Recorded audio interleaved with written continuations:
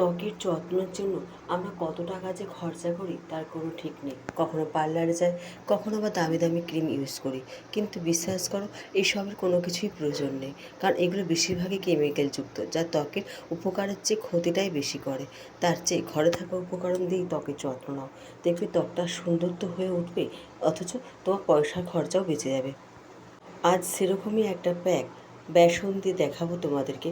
বেসন তো ঘরে প্রত্যেকেরই থাকে। সে বেসন দিয়ে আজকে তোমাদেরকে এমন একটা প্যাক দেখাবো যেটা ইউজ করলে ত্বক উজ্জ্বল এবং সুন্দর হয়ে উঠবে। ত্বকের দাগ ছোপও দূর হবে আর ত্বকটাও সুন্দর হয়ে উঠবে। প্যাকটা তৈরি করতে প্রথম যে উপকরণটা লাগবে সেটা তো একটু আগেই বললাম, বেসন। বেসন ত্বক পরিষ্কার করতে, ত্বক উজ্জ্বল করে তুলতে সাহায্য করে।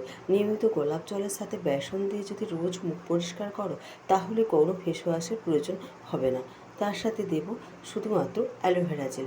আমি এখানে মার্কেটে অ্যালোভেরা জেল নিয়েছি, তোমরা ফ্রেশ অ্যালোভেরা জেলও এখানে ইউজ করতে পারো। অ্যালোভেরা জেল ত্বক ময়েশ্চারাইজ করে, ত্বকের দাগ ছোপ দূর করতে সাহায্য করে।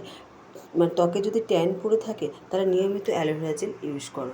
এ দুটো উপকরণ খুব ভালো করে মিশিয়ে নিয়েছি, যাতে একটু লামস না থাকে, সেদিকে অবশ্যই তোমাদের খেয়াল রাখতে হবে।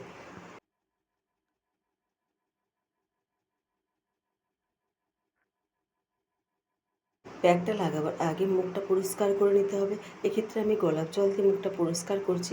তোমরা কাঁচা দুধ বা দই বা নর্মাল ফেস ওয়াশ দিয়ে মুখটা পরিষ্কার করে নেবে।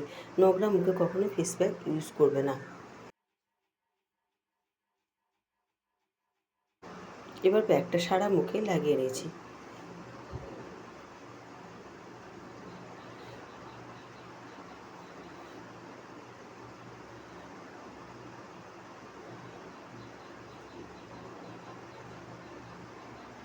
প্যাকটা লাগাবার পর 15 মিনিট অপেক্ষা করেছিলাম। করার পর মুখটা ধুয়ে নিয়েছি। দেখো মুখটা আমার কতটা পরিষ্কার এসছে। এটা তোমরা সপ্তাহে 2 থেকে 3 দিন ইউজ করো, দেখবে ত্বকটা সুন্দর হয়ে উঠবে, ত্বকে দাগ ছোপও দূর হয়ে যাবে। এবার আসি এর সাইড এফেক্টের কথা।